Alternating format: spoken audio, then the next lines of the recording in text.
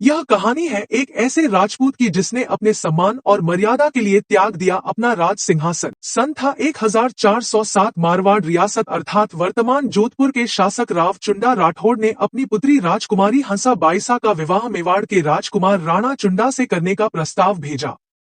दरबारी और पंडित यह प्रस्ताव लेकर मेवाड़ पहुंचे, जहां उस समय 80 वर्षीय वृद्ध राणा लाखा राजा थे। दूतों ने दरबार में विवाह का प्रस्ताव रखा तो राणा लाखा ने हंसते हुए अपने दरबारियों से कहा, इस उम्र में भी हमारे लिए रिश्ते आ रहे। यह सुनकर मारवाड़ के दूतों ने कहा, माफ कीजिएगा हुकुम, यह रिश्ता आपके लिए नहीं, आपके पुत्र राणा चुंडा जी के लिए है। दरबार में सभी की हंसी छूट गई, पर राणा चुंडा को यह अपमान लगा। वह खड़े होकर बोले, मैं आपके इस रिश्ते का सम्मान करता हूं, परंतु क्योंकि यह प्रस्ताव मेरे पिता ने स्वीकार किया है तो हंसाबाई अब मेरी माता समान है, मैं यह विवाह नहीं कर सकता।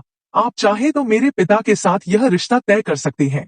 मारवाड़ के दूत सोच में पड़ गए कि अब क्या करें। यदि बिना रिश्ता तय किए ही मारवाड़ वापस लौट गए तो महाराज हुकुम नाराज हो जाएंगे। तभी एक दूत बोला, चलो मेरे पास एक उपाय है। वह सभी राणा जी के समक्ष गए और बोले, हमारी एक शर्त है, यदि विवाह राणा लाखा जी से होगा तो उनके बाद सिंहासन हंसबाई के पुत्र को ही मिलेगा। तभी राणा चुंडा खड़े होकर बोले, मुझे यह शर्त सहर्ष स्वीकार है, मैं प्रतिज्ञा करता हूँ, मेरे पिता के बाद राजा मैं नहीं, हंसाबाई का पुत्र ही बनेगा। यह सुनकर पूरा दरबार स्तब्ध रह गया। यह त्याग वैसा ही था जैसा भीष्म पितामह ने किया था। राणा चुंडा को मेवाड़ के भीष्म की उपाधि मिली। धन्य है वह राणा चुंडा जिन्होंने अपने मान और मर्यादा को कायम रख राज सिंहासन को भी त्याग दिया।